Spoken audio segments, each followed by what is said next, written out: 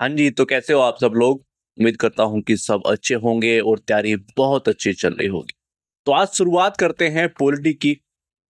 एक नया जोश होगा अंदर कि नया सब्जेक्ट होने वाला है और वो होना भी चाहिए क्योंकि इतना इंटरेस्टिंग सब्जेक्ट है और हमारे एग्जाम के लिहाज से बहुत इंपॉर्टेंट सब्जेक्ट है। देखिए कुछ सब्जेक्ट ऐसे हैं जो कुछ माइनर स्थान रखते हैं, यानी कि उतना बड़ा परसेंटेज उनका नहीं रहता। जैसे हम सोशल जस्टिस देखते हैं, हम ये नहीं कहते कि ये इंपॉर्टेंट नहीं है, इंपॉर्टेंट है। देखिए कहीं से एक भी क्वेश्चन आ रहा है ना, तो वो हमारे लिए इंपॉर्टेंट तो है ही, क्योंकि यूपीएससी वहां से क्वेश्चन पूछता है तो हमें उसको तैयार करना ही होगा। क्योंकि 20 क्वेश्चन में से हम ये भी नहीं कर सकते कि हम 19 पर फोकस करेंगे, हमें 20 के 20 लिख के आने हैं तभी हमारा सिलेक्शन हो सकता है ना? तो वो तो दिमाग में है ही, मगर हम ऐसे फोकस करते हैं। आपके सामने एक सूची है, इस पर मैंने एक अलग से भी वीडियो बनाई थी, मगर आपके लिए कुछ स्पेशल चीजें होनी जरूरी हैं। आपके साथ हम उस तरीके से बात करेंगे जैसे एग्जाम को समझना चाहिए, है ना? तो यहाँ पर आप एक अलग ही चीजों को लेकर जो है वो देखेंगे। हमारे सामने एक सूची है, उसमें बिल्कुल क्रिस्टल क्लियर लिखा गया है कि भाई क्या से क्या परसेंटेज रहती है, कितने मार्क्स का लगभग जो है एक सब्जेक्ट कवर करता है। तो यहाँ से कौन कितना इम्पोर्टेंट है ये एक नॉर्मल बंदा भी समझ सकता है कि भाई जहां से लगभग 40 से 50% अकेले पॉलिटी संविधान कवर कर रहे हो, यानी कि 20 क्वेश्चन होंगे और 20 क्वेश्चन में से लगभग 10 क्वेश्चन के आसपास अकेले पॉलिटी कवर करता है। तो यहाँ से हमें लगता है कि भाई ये सब्जेक्ट कितना इंपॉर्टेंट है, हमें इसको कैसे कवर करना चाहिए, यहाँ पर हमें कुछ गलतियां नहीं करनी चाहिए।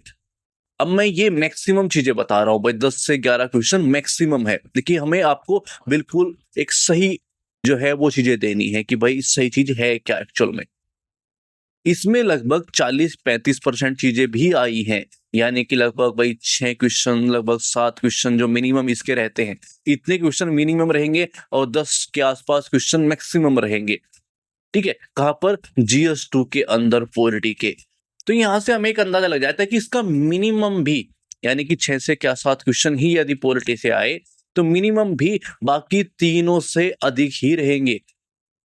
तो यहां से क्लियर होता है कि भाई हमारे लिए बहुत इंपॉर्टेंट सब्जेक्ट है, तो हमें इसके स्रोत चुनना, हमें कहां से इसको तैयार करना है, हमारे लिए बहुत इंपॉर्टेंट हो जाता है। ठीक है, तो कुछ उसी चीज को दिमाग में रखते हुए देखिए हमारे सामने दो चीज होती हैं। जैसे मान लो आप यूपीएससी की तैयारी कर रहे हो, यहाँ से बिल्कुल हम बेसिक से लेकर चलेंगे और अच्छे से चीजों को समझेंगे। ठीक है, आप यूपीएससी की तैयारी कर रहे हो और यूपीएससी के अंदर एक इंपॉर्टेंट सब्जेक्ट है पॉलिटी, जिसको हमें कवर करना होता है, जो कि परी के अंदर भी आता है और मेंस के अंदर भी पूछा जाता है। ठीक है, और इनसे संबंधित मुद्दे जो है वो इंटरव्यू के अंदर भी चीजें पूछ ली जाती है कि किसी आर्टिकल संबंधित कुछ हुआ है, कुछ इंग्लिश जुड़ी हुई है, कुछ जजमेंट आया है जिससे संबंधित आपसे कुछ पूछ लिया जाए। तो हमारे लिए हर लिहाज से इंपॉर्टेंट सब्जेक्ट है, हर लिहाज से परी के अंदर भी बहुत सारे क्वेश्चन पूछे जाते हैं, मेंस के अंदर भी एक इंपॉर्टेंट रोल अदा करता है। ठीक है, और ये निबंध के अंदर भी काम आता है, वहां पर भी हम अपने कुछ पॉइंट्स रख सकते हैं। तो हमारे लिए ये सब्जेक्ट नजर आ रहा है कि भाई बहुत इंपॉर्टेंट सब्जेक्ट है और ऐसे सब्जेक्ट को हमें कैसे तैयार करना चाहिए, इंपॉर्टेंट चीज है। यूपीएससी का एक बेसिक चीज है कि पहले आप सिलेबस देखो। ठीक है, सिलेबस के बाद हमें क्या देखना चाहिए, हमें पीवाईक्यू देखने चाहिए, क्योंकि यही वो, देखिए मैं आपको क्या बोल रहा हूँ, कोई अन्य टीचर आपको क्या बोल रहा है, कोई, देखिए यहाँ पर रियलिटी चेक है।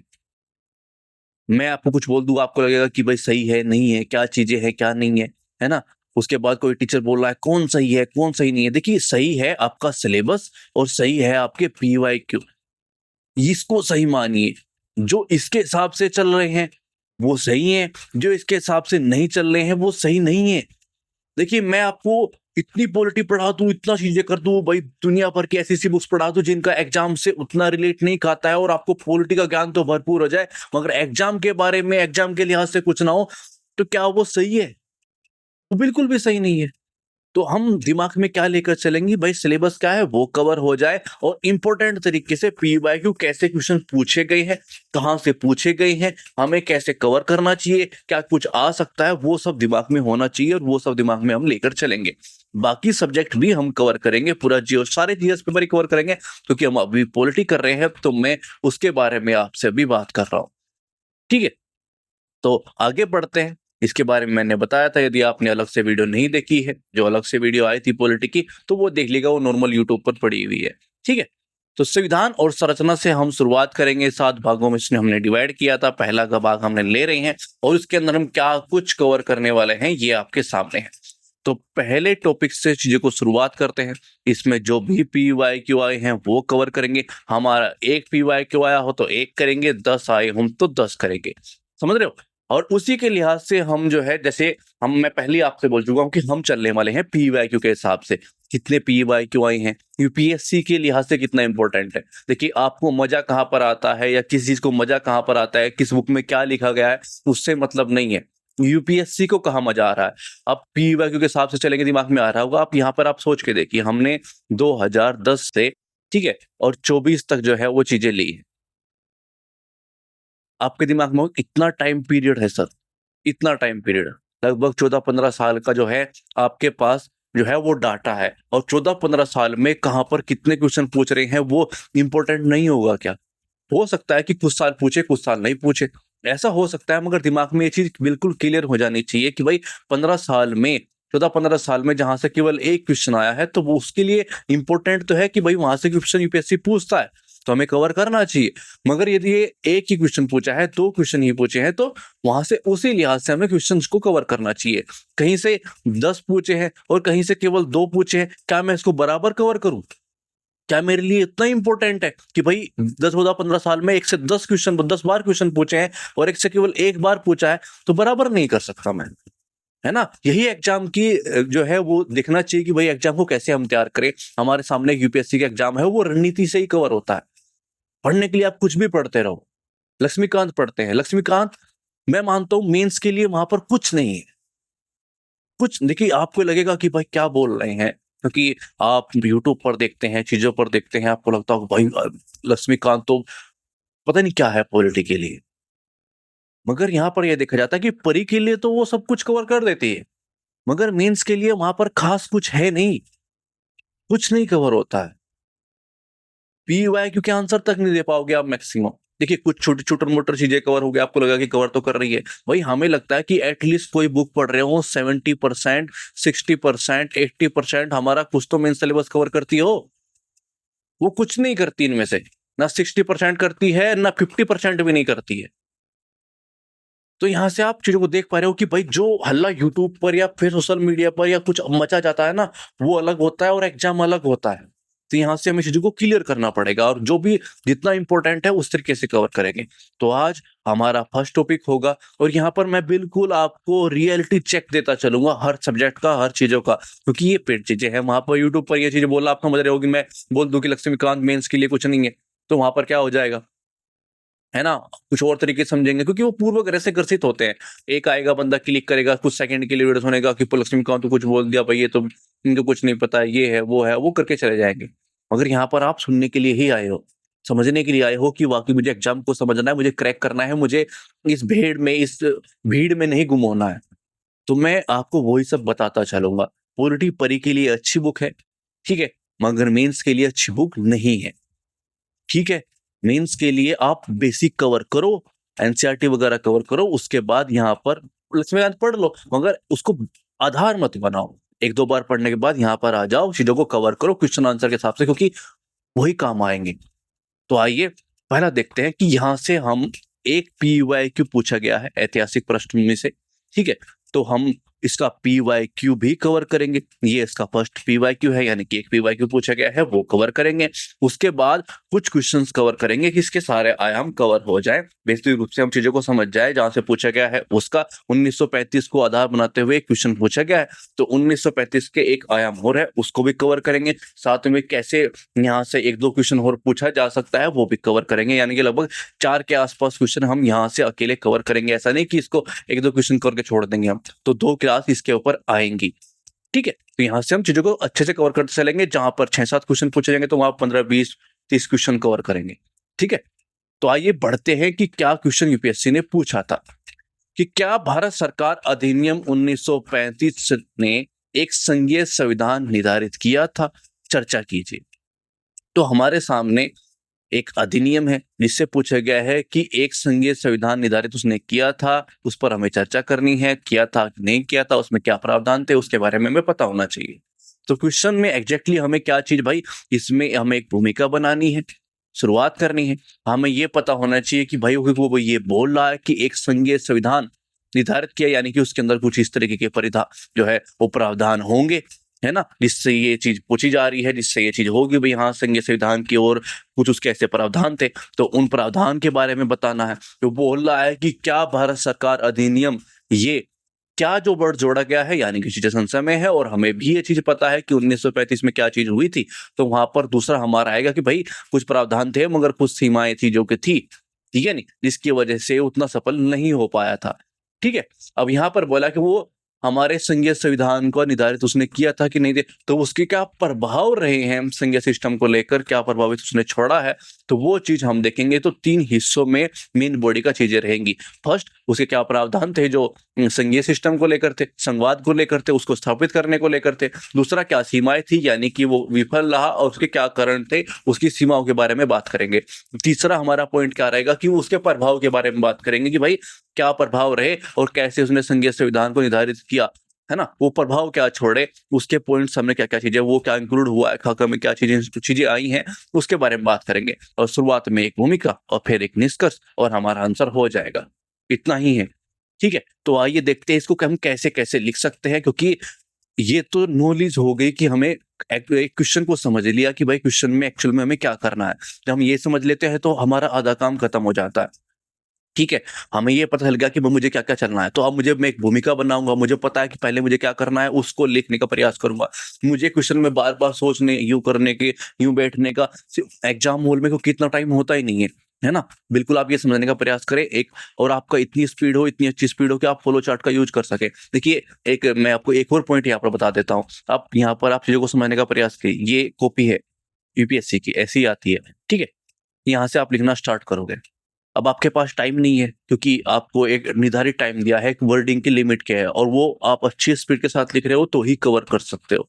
और लगातार आपको लिखना पड़ेगा, 20 क्वेश्चन के आंसर देने पड़ेंगे, सोचना है, समझना है, सारे कार्य करने हैं, ठीक है। तो यहाँ से आप यहाँ से चीजों को लेकर चलिएगा कि यदि मुझे यहाँ पर बनाना हो, मेरे को, मैं भूमिका बनाऊंगा, ठीक है। उसके बाद मैं मेन बॉडी में आऊंगा, जो भी पॉइंट्स पूछे गए हैं उसको कॉल करूंगा। मुझे क्वेश्चन में भी 1 मिनट लगेगा कि भाई मैं ये समझ पाऊंगा कि भाई उसने क्या पूछा है, क्या नहीं पूछा है, सब कुछ अच्छे से कवर करूंगा। यहाँ पर एक चार्ट सिस्टम बन जाएगा कि मुझे क्या करना है। उसके बाद यदि मैं फॉलो चार्ट का यूज कर पाता हूं, तो इसलिए मेरी स्पीड अच्छी होनी चाहिए।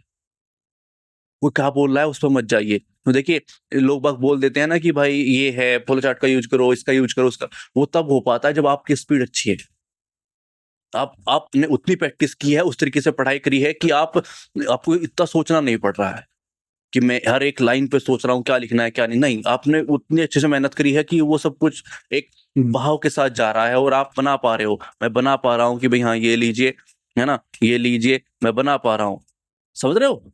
तो वो तभी होता है, और वो प्रैक्टिस से आएगा। आप लिखने का प्रयास कीजिए, 7-8 मिनट में क्वेश्चन का आंसर लिखने का प्रयास करिए, आप नहीं यूज कर पाओगे फ्लो चार्ट को। देखिए, ये रियलिटी है। और जब आपकी स्पीड अच्छी होगी, प्रैक्टिस अच्छी होगी, पहले से आपको पता होगा मुझे क्या लिखना है, तभी यू कर पाओगे। इसलिए आपको प्रैक्टिस करनी जरूरी है। तो आइए इसकी शुरुआत करते हैं कि कैसे कर सकते हैं। भारत सरकार अधिनियम 1935 ब्रिटिश शासन द्वारा जो है भारत को एक संघीय ढांचा प्रदान जो है करने का प्रयास था, ठीक है। हालांकि यह अधिनियम जो है पूर्ण संघवाद स्थापित करने में असफल रहा, क्योंकि इसने केंद्र के पक्ष में जो है असंतुलित शक्ति को विभाजन किया। क्योंकि वो चाहता तो वही था कि मैं यहाँ चीजें यहीं पर ही रह सकती, यहीं पर रहे, तो राज्य को जो है सीमित स्वायत्ता और ब्रिटिश हितों की सुरक्षा जैसी विशेषताएं, क्योंकि उन्होंने ये चीज लेके आई थी तो वो अपने पास ही जो है वो सत्य रखना चाहते थे। ये एक दिखावा प्रकार की चीजें थी जो असफल रही हैं। तो यहाँ पर हम जो चीजें हमने ली हैं, क्योंकि हम मानते हैं कि ये मिनी संविधान है तो ऐसा क्यों है, वो तो वो एक अलग टाइप की चीजें हो गई, ठीक है। तो यहाँ पर हम ये देखेंगे, क्योंकि यहाँ पर केवल यहीं से रिलेट नहीं होती हैं चीजें, बहुत सारी जगहों पर आपको ये चीजें रिलेट होती दिखेंगी, ठीक है। तो यहाँ पर 1935 अधिनियम क्या कार्य कर रहा है, क्या क्वेश्चन पूछा गया है, उसी के हिसाब से हम आंसर कर रहे हैं। मैं एक शुरुआत बनाई है। अब हमारा पहला कार्य क्या था कि संघीय ढांचे का प्रावधान वो क्या क्या है। तो वो भाई अधिनियम ने भारत सरकार को एक संघीय व्यवस्था के रूप में स्थापित करने का प्रयास किया, जिससे ब्रिटिश प्रांतों और देशी रियासतों को जो है शामिल किया गया, है ना। संघीय न्यायपालिका की स्थापना का प्रावधान किया गया, जो कि संवैधानिक विवादों का निपटारा करेगी। तो ये क्या है, ये संघीय ढांचे के वो प्रावधान है जो वो आए थे, है ना। केंद्र और राज्यों के बीच में शक्तियों का विभाजन किया गया, और जो है संघ सूची, प्रांतीय सूची, समवर्ती सूची को जो है यहीं पर वो चीज आई है। ठीक है, तो यहाँ पर ये वो प्रावधान के बारे में हमने जिक्र कर दिया और यही हम अपने संविधान के अंदर भी देखते हैं, वो अलग तरीके से है, वो एक अलग विषय है। ठीक है, मगर यहाँ पर हम देखते हैं कि भाई हाँ, कुछ इस तरह के प्रावधान है जो हमें देखने को मिलते हैं, जो कि संघीय ढांचे की ओर इशारा करते हैं, उससे संबंधित प्रावधान है जो है वो दिए गए हैं। अब संघवाद की सीमाओं के बारे में बात करते हैं, अपने पॉइंट हम कैसे दे रहे हैं, और यहाँ पर ये भी देखिए कि फ्लो चार्ट का हम यूज कर रहे हैं, यानी कि वो कैसे हमारा प्रस्तुतिकरण रहेगा, ये हम वो प्रैक्टिस से होगा, वो ऐसे नहीं आएगा। आराम आराम से आप प्रैक्टिस करोगे, बढ़ते चलोगे, पहले नॉर्मल लिखो, फिर लिखने का प्रयास करो, फिर फ्लो चार्ट का यूज करने का प्रयास करो, वो चीजें होंगी। एक अच्छा आंसर लिखना, एक अच्छे प्रस्तुतिकरण के साथ लिखना, ठीक है, वो हमारे लिए इंपॉर्टेंट होता है, और इतना लाइन टू लाइन गैप वो सब कुछ अच्छा करने का प्रयास करेंगे। तो संघवाद की सीमाएं क्या है, केंद्र और उसका प्रभुत्व।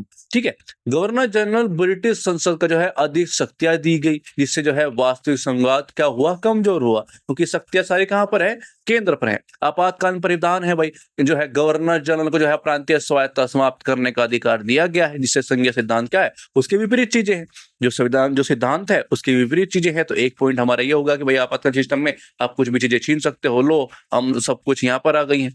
राज्यों को जो है स्वैच्छिक भागीदारी, देशी रियासतों को जो है शामिल करने के बिना जो है वो अस्तित्व में नहीं आएगा, वो हुए नहीं, उन्होंने इनकार कर दिया तो बात खत्म ही हो गई, तो असफल ही हो गई चीजें।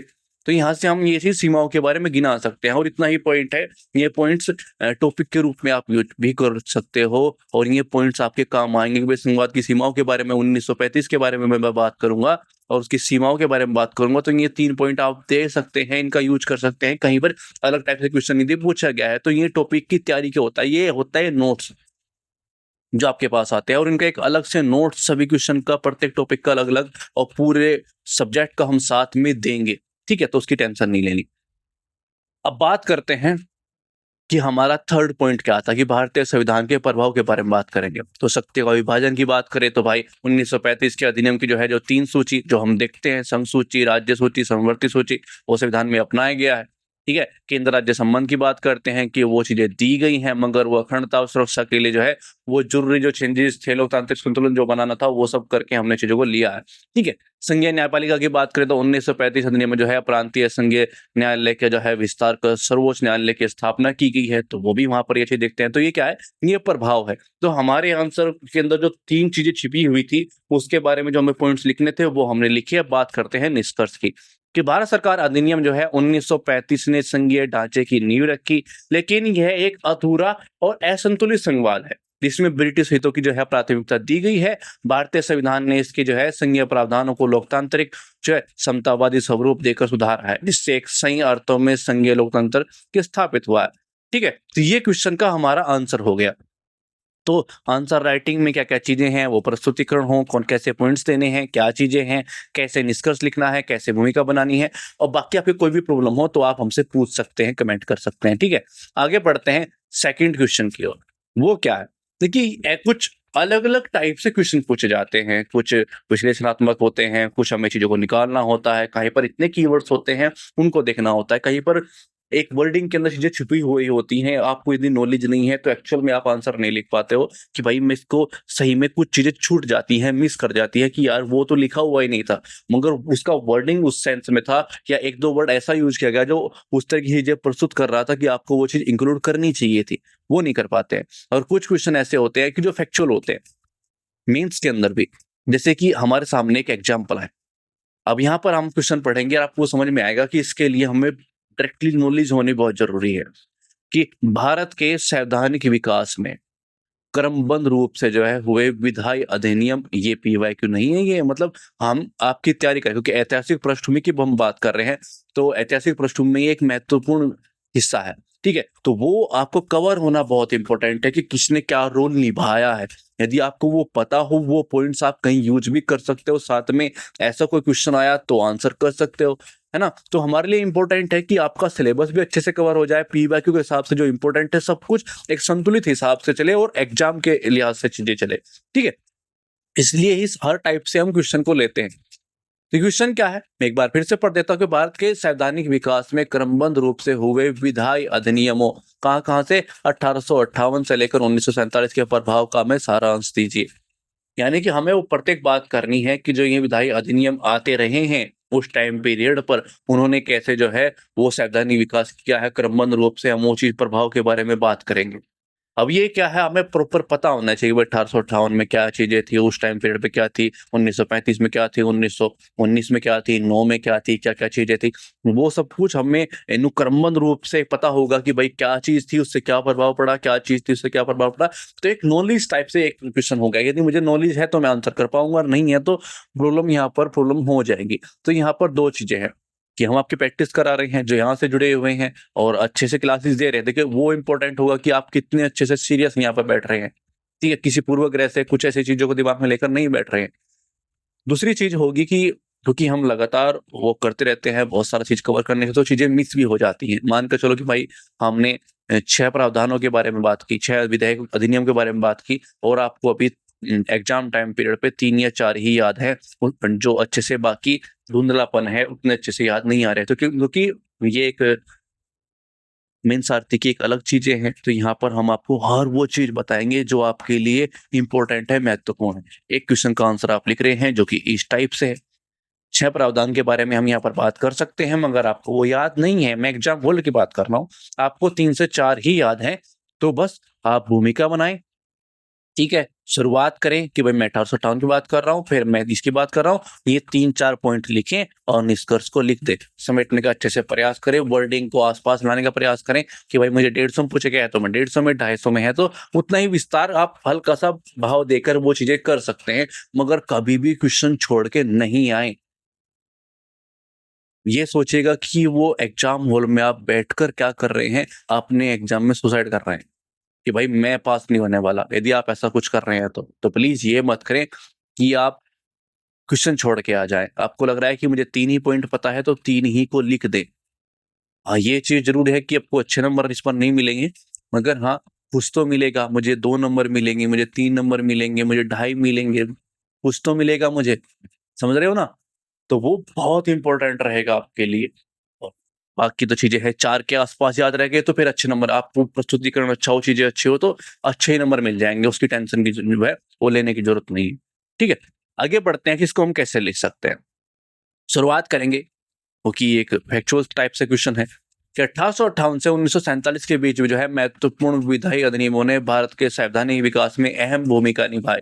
इन अधिनियमों जो है प्रशासन, प्रतिनिधित्व और संघीय सिद्धांत को जो है विकसित किया, जो स्वतंत्र भारत में जो है संविधान की नींव बने। तो वही चीज पूछी गई है। अब बस फैक्चुअल चीजों को गिनाते चले जाएंगे, क्या करेंगे उन प्रभाव के बारे में। भाई पहला 1858 है तो ईस्ट इंडिया कंपनी के शासन का अंत हो गया, किसका, ब्रिटिश का शासन आ गया, डायरेक्टली उसके अधीन हो गए, तो वायसराय की स्थापना हुई। अब इसमें प्रभाव की बात करेंगे, भाई केंद्रीयकरण और उत्तरदायी प्रशासन की यहाँ से शुरुआत हो गई, वो चीज हमने देखा। ठीक है, इंडियन काउंसिल ने 1861 और 92 को साथ में लेकर कवर करेंगे कि भाई भारतीयों को जो है विधायी परिषदों में नाम सदस्यों के रूप में पहली बार शामिल किया गया, परिषदों को जो है विस्तार हुआ। अब यहाँ से प्रभाव कि भारतीय प्रशासन में संवैधानिक भागीदारी की नींव पड़ी। मिंटो 1919 की बात करेंगे, भाई सांप्रदायिक मताधिकार का प्रावधान हुआ जिससे जो है प्रतिनिधित्व में वृद्धि हुई। अब यहाँ से क्या, संवैधानिक स्तर पर जातीय पहचान को मान्यता मिली। 1919 की बात करेंगे, भाई प्रांतीय स्तर पर जो है क्या, द्वैध शासन लागू, यानी कि डायरेक्ट की लागू हो गई, जिससे जो है भारतीय मंत्रियों की अधिक अधिकार मिले और केंद्र प्रांतों के बीच में जो है विश्व को विभाजन हुआ, जिससे बहुस्तरीय शासन की नींव पड़ी। तो यहाँ से वो पॉइंट टू पॉइंट हम क्लियर करते जा रहे हैं कि भाई कहाँ पर क्या केंद्रीय और उत्तरदायी प्रशासन की शुरुआत हो गई है ना, वो संवैधानिक भागीदारी की नींव पड़ गई है। ठीक है, जिससे बहुस्तरीय शासन की नींव हो गई है। तो कौन सा अधिनियम, उसमें क्या वो चीजें हैं और उससे क्या वो इफेक्ट हो रहे हैं, साथ साथ में हम चीजें बताते चल रहे हैं और ये चीजों को समेटना है। देखिए आपने कितना पढ़ा होगा एक अधिनियम के बारे में, और लिखने के लिए हमारे पास पॉइंट आया तो कितना आया, समेट दो उसको 10-20 वर्ड, 20-20 वर्ड्स के अंदर समेट दो। तो कैसे कैसे होगा चीजें, आपको लग रहा होगा कि भाई ये तो ठीक है हो रहा है, मगर आपको यहाँ दिमाग में आएगा कि भाई हमने 1935 को कितना पढ़ा है, हमने 1858 की चीजों को कितना पढ़ा है, समझ रहे हो ना?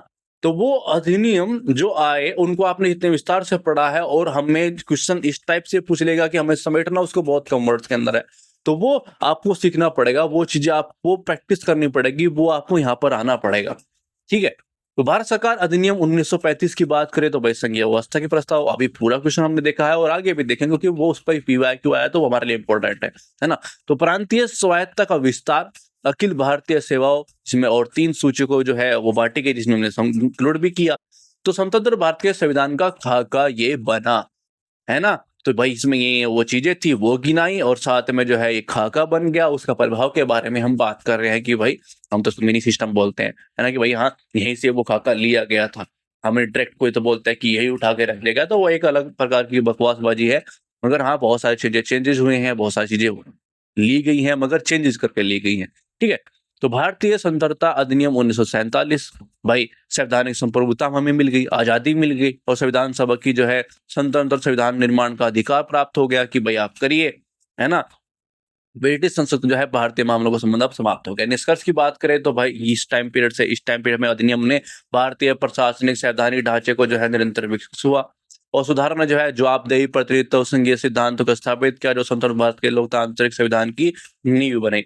तो कैसे हम निष्कर्ष को लिखते हैं, कैसे पॉजिटिव साइड सिस्टम के लेकर चलते हैं, कैसे चीजों को समेटते हैं, काफी बार किसी किसी से रिलेट कर देते हैं, भूमिका कैसे बनाते हैं, अपने पॉइंट को कैसे कवर करते हैं, तो ये सब कुछ आप देख रहे होंगे। तो कोई भी क्वेश्चन है वो आप पूछ सकते हैं बेझिझक। प्लीज अपनी तैयारी पर फोकस करें, अपने एग्जाम पर फोकस करें। जो भी आपको लग रहा है कि भाई मेरी प्रिपरेशन में ये प्रॉब्लम आ रही है, तो आप कमेंट कर सकते हैं।